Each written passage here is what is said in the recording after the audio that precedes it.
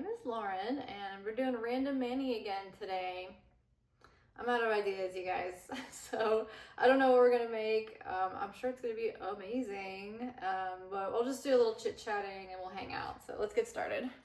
I'm just gonna do another one of these because I can't think of anything else, and y'all seem to like it, so why not? Let's start off with the bin number here. We've got bin number 2. I'm just using if you type in random number generator, it's like a built-in Google one. It just pops right up. So we have 92, number 13, and we have 316 cream polishes. So the first one is number 302. And 215 and 66. Okay, so I already know how many polishes are in each row. So 303. So I have another like a bin over there with some more creams on it. So even though it says I have 316, they're not all on this wall. So this would be 302. This is Pacifica Stargaze, which is kind of a nice sparkly dusty purple. 215. Row 4 has 204. 215 is Sally Hansen's Sweet as Sugar, which is sort of a purpley gray. It looks really good next to that. And then number 66. This has 52. 66. We have Maniology Doom. Okay, hey, those are great. Those are complementary colors, so that's not too bad.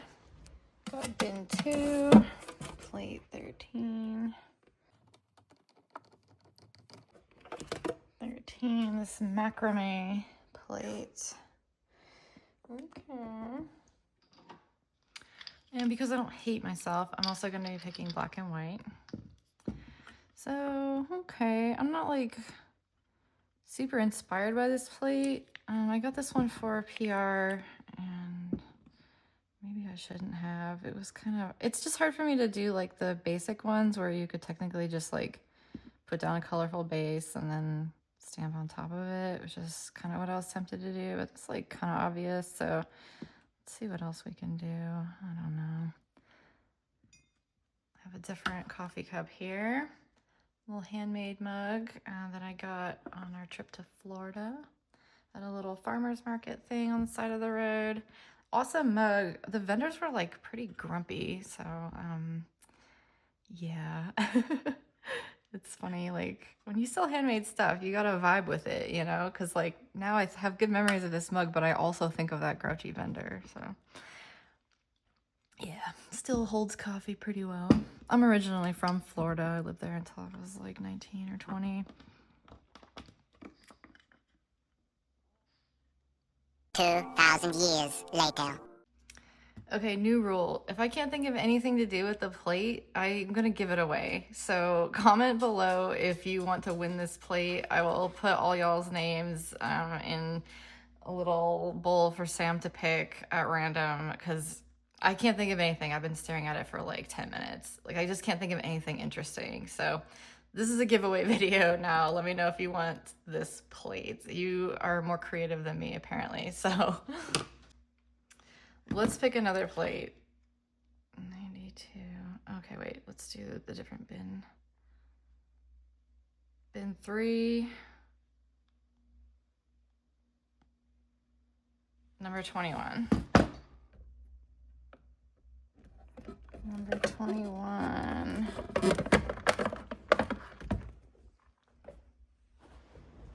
Okay, yeah, MXM025. Let's try again. My God, I just couldn't do it. This plate is one of the, like, this wasn't my first MXM. Like, I subscribed, like, during the second box, I think. But then I went back and ordered like the back stock. Like I think the second one they came out with was the dinosaurs. And then they put out the birds and I was like, okay, I need it. But then this one, I remember this was right when the pandemic was starting, when it was kind of like in a rumor mode. And I had bought a house. I was in escrow. And the timing just worked out where I had to move out of my apartment. Like I could have renewed the lease where I was, but I couldn't live there anymore, and I didn't want to go like month to month there.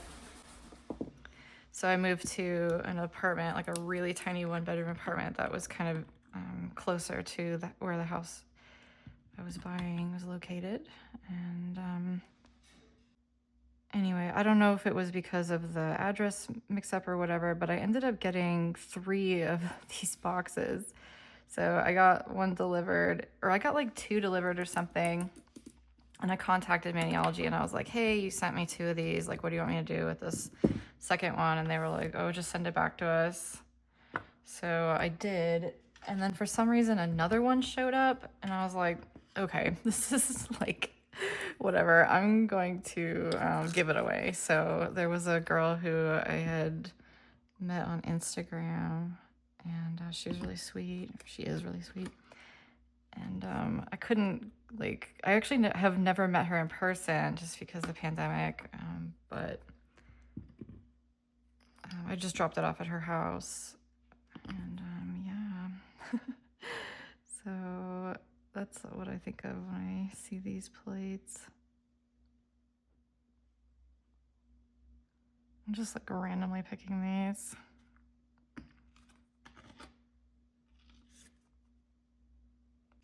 I really like the other plate that came in this box, and I use it kind of a lot. It has like a larger moon image like this that's like really pretty. And it just has some nice shapes and stuff on it that I like. I think I'll leave, well, maybe if possible. I think I'll leave those like shadows.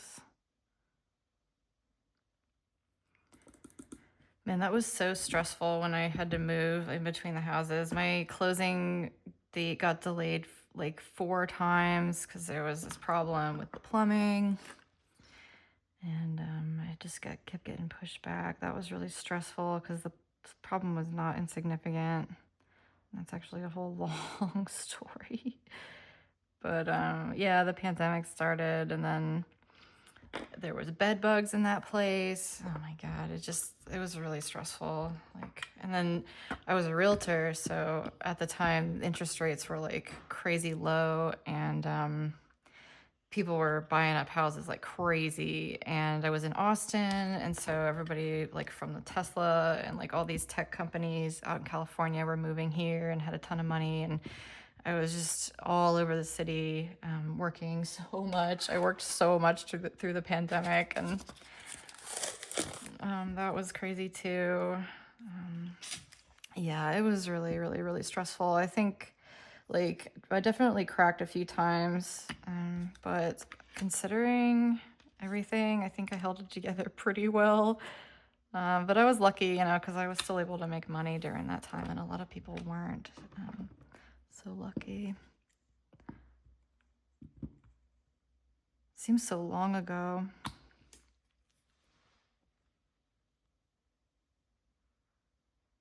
Put some sticky base on here. Even though that little apartment was pretty terrible and I was only there for 3 months, I for whatever reason, I just have like a really fond memories of that. Like it was just, it was sort of cute and the location was cool. Like I could walk to this nice hiking area in the woods where like there was never anybody out there. And I'd go down and like pick mushrooms, like harvest mushrooms and make like mushroom soups. And oh my God, why did I do that?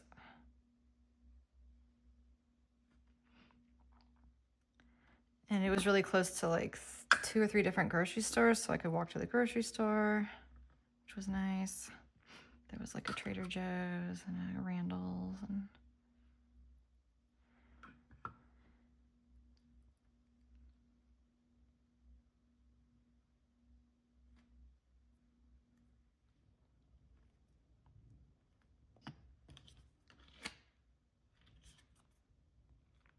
plus it was just kind of an exciting time in my life. Like I never thought I would ever be able to buy a house, you know, like I'm a millennial. I was born in 84, so you know how things have been going for us throughout our lives, you know, like with the recession in 2008 and all that. I don't know, it seemed hopeless. And if you've watched some of my other videos, like I had a pretty crazy life. Just like, I wouldn't say I was like homeless, but like homeless adjacent. It seemed like a hopeless situation, but just thanks to being in the right place at the right time and working really, really hard with real estate, I was able to get out of that like poverty cycle.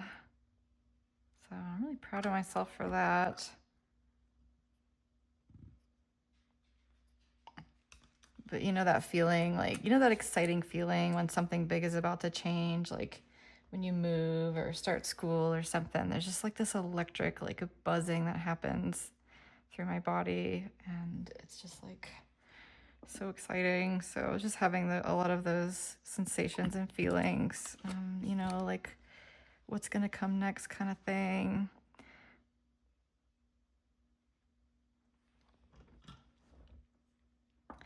And when I was young, like when I was like 13, I read the book The Hot Zone by Richard Preston.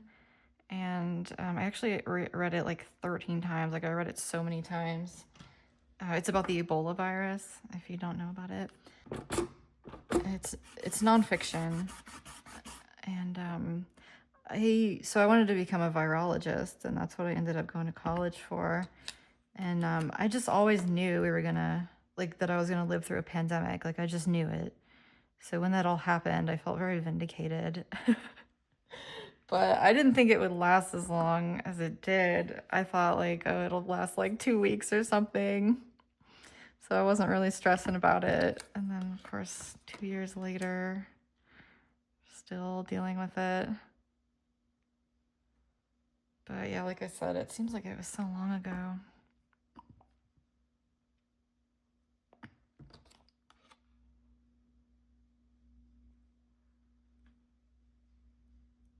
Oh, my sticky base unstickified. I talk too much.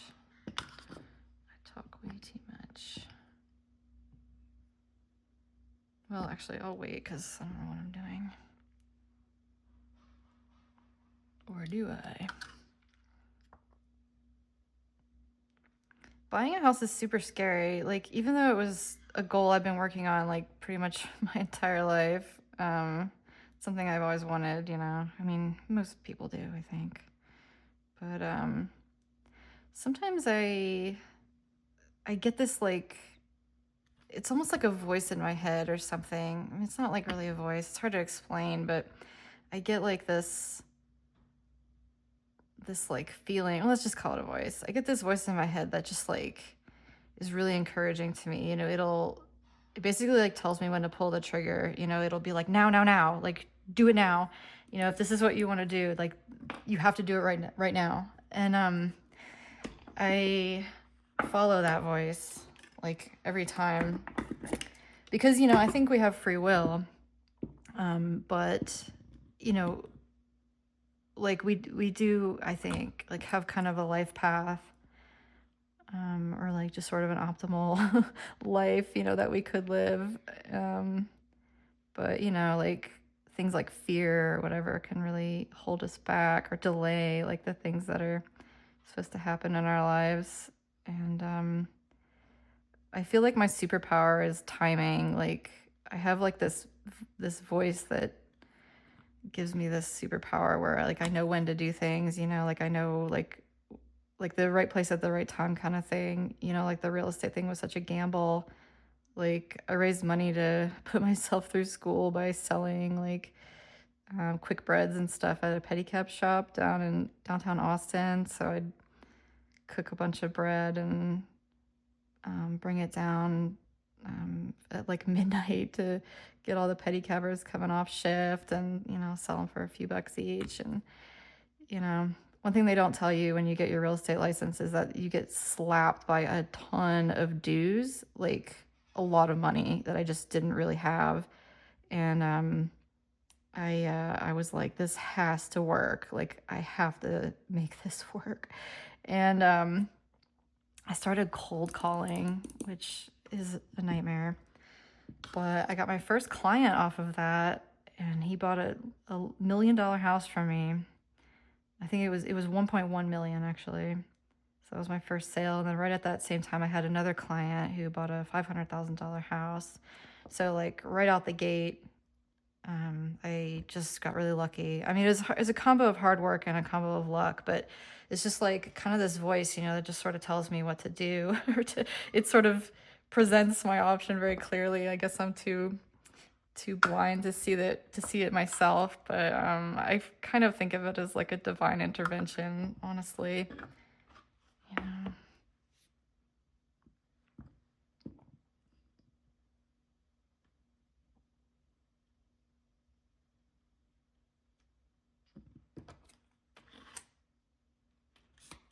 Like even buying this house up here where we live now, I didn't see it. I bought it sight unseen, but I got that really strong voice that was just like, if this is what you want, do it now. Like, this is the place, So we did it.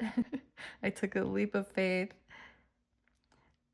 But like when I was a realtor, my specialty was remote purchasing. And again, speaking of right time, right place, I had all these tech clients and stuff that I was sourcing off of Reddit of all places. And, since so many people were moving across the country and it was during the pandemic, they couldn't physically be here. And so I started specializing in remote purchasing. And there's so many clients of mine that I never met in person. And just doing all this shopping for them with making videos and everything. And I would like drive through the neighborhood and film that too, so they could get a sense of, what the neighborhood was like. And when I started doing it, other realtors were like not into it. And sometimes I even got denied, like, no, you have to have a client with you. There's very suspicious. So it was a little bit of a struggle. But then, of course, when the pandemic happened, that became very common. But it was already like my specialty at that point. So it was easy for me. And then when I went to buy this place, I felt confident in buying it sight unseen. So it's kind of like, all these things happen like for a reason, like you just don't know why it's happening at the time, but then the reason becomes clear. Isn't that funny? It's like everything happens for a reason. This is turning out pretty. So the reason I picked this plate is so one of you could win it, right? Don't forget to comment. Just leave a comment that you want to be entered to win the plate. If you don't want it for some reason and you want to leave a comment, like normally, just mention that you don't want it. I don't know, but does that make sense? Comment either way, but if you want the plate, let me know. I guess I can kind of tell the story of how I met my husband because it's all related to this as well, like speaking of divine intervention. But I had been hosting a meetup like on meetup.com in Austin. I'd been hosting it for like 5 years, and it was targeted to like Redditors, like from the Austin subreddit. That subreddit was like incredibly toxic, and I just thought, hey, wouldn't it be great if we met each other like face to face and we can see that we're like actually human beings? And so I started the meetup, and it was really took off. And there was one of the people who started coming maybe in like the last several months before I moved. Like, as you can imagine, the Reddit meetup was mostly men, mostly tech bros, and the whole city is mostly tech bros. But he'd been to a couple meetups, and I was like not looking for a boyfriend or anything. I was not. I was extremely uninterested. But like you can kind of imagine, I got a lot of attention at the meetup, and people, like, guys were always kind of trying to hit on me or like take me out or whatever. And I was just like, no, I was very close to that. I wanted to like have my own time and my own space. And, I was just very like, you know, like girl boss kind of mode. So it was not on my radar whatsoever. And he had started, he tried to talk to me a few times, and I just, I don't know, I kind of ignored him, I guess. Didn't really stand out. But I was aware of him. And so when the pandemic happened, we couldn't do the meetups in person anymore. I mean, I guess I could have, but I just felt like I didn't want to be liable, like if anyone got sick. So I started doing these like online movie nights. And honestly, it just killed the like most things, it killed the group. But there were a couple people that attended the movie nights, movie Zooms or whatever, and he was one of them. And one night, like, there was sort of a glitch or some problem or whatever, but we ended up talking on the phone. Like, I don't know, I just felt like talking to somebody, and we kind of had started talking about something, and it doesn't really matter, but we were talking on the phone, and I still didn't really think anything of it. It wasn't a big deal to me, but I guess it was a big deal to him. I didn't really think about it, but he was definitely more on my radar at that point. Like, I knew things about him rather than just like his face at the meetup. But so when I closed on my house, it was like April 23rd or something, and he hit me up and was like, hey, like, do you want to hang out? And I was like, no, I am literally moving into my house right now. And like, I don't have time for anything. And also, like, I didn't want a boyfriend or anything. So he was like, oh, I can come help you or whatever. And my first instinct was like, no, dude, like, no, leave me alone. But then I was like, and this is really selfish, but I was like, you know what, whatever. Like, I usually try to be so considerate of people and everything, but I was like, whatever. If this guy wants to like insist on helping me, then fine. Like, if he wants to come waste his time, then he can. So I was like, and this is very bold of me, but I was like, okay, you can come help me, but like, bring me some lunch.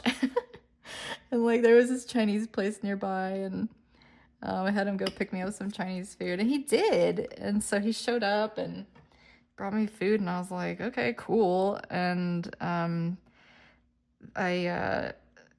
he was like, what can I help with? And I didn't know this, but he really loves assembling things, and I hate it. So I was like, oh, you can help me assemble this bed frame. And later on, I kind of realized, like, oh, okay, maybe that was like, I didn't want to, him to get any ideas or whatever. But he really set to task, and he got like really focused on it. And he just kind of did his own thing while I was moving everything else. And like the people that delivered the fridge showed up. It was like super chaotic. But it was funny, like when he showed up to the door, even though everything was like really chaos, he had that food in his hands and everything. And I remember this so clearly. When he walked into the door, he stood off to the side here, and I looked at him in like the eyes for the first time, like really looked at him, and immediately I knew, like, I'm gonna marry this guy. Like, I just knew, like, it was sort of that voice, like, again came to me, just sort of pushed me. And I didn't really feel like this was a choice. I was like, damn, like, I really wanted to like be alone and live in my house alone. I love being alone. And I was like, man, this is not what I wanted. I didn't want this at all. Like, I just wanted to be by myself. But I was like, damn, like, this is my soulmate. Very inconvenient. But I mean, obviously it wasn't. We spent the pandemic together. I mean, he basically moved in right away. Anyway, just how it worked out. But I knew immediately. I don't think he did, but I did. I knew right away. And it's even funnier because I was so like against, being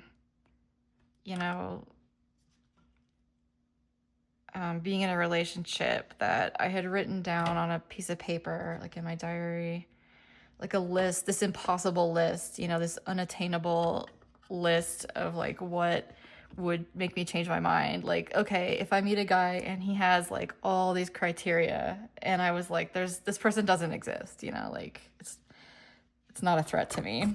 So I wrote down all these traits and all these things, and he exactly matched it. It was crazy. Actually, he exceeded it, and on a lot of the categories, it was even better than I had, thought was impossible. And even more than that, I had this dream, like maybe a few days or a week or so before he came over and before that all happened, where it was such a vivid dream. It felt so real. And in the dream, I was with this man, and I felt this sort of like unconditional love in my dream that I hadn't ever felt before. Like, it was so powerful and pure. And I was having a conversation with this man, and just really enjoying each other's company and laughing and everything. And the dream, this is gonna make me cry. But in the dream, I realized, I could just tell the dream was ending soon, and I didn't want it to end, and I told him so. And he says, "I'll be with you soon. I'll see you soon." And then it happened. So, yeah, it's crazy. He didn't look like my husband at all. In fact, quite the opposite. And I sort of took that to mean that it's going to be someone you don't expect.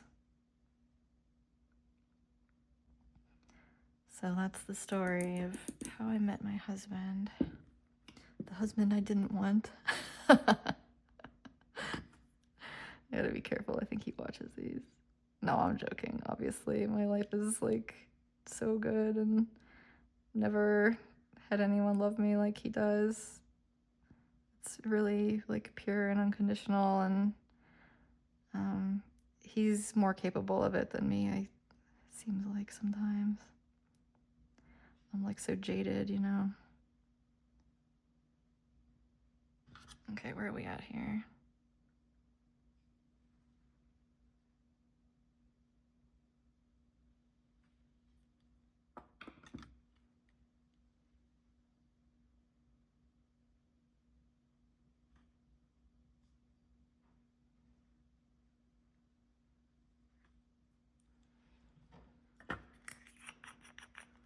Put some smudge free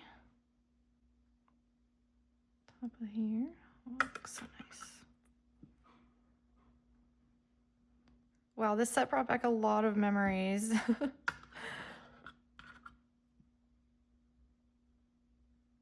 was fun to kind of revisit that. I mean, I think about those things, pretty often. It's like all the little puzzle pieces that fall together in life.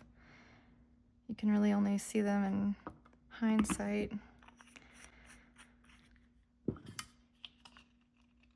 Kind of like these mystery manis, I don't know what's going to happen, but in the end, it all makes sense. So there you have it. Let me know what you think. And once again, don't forget to like this video and leave a comment for this macrame plate.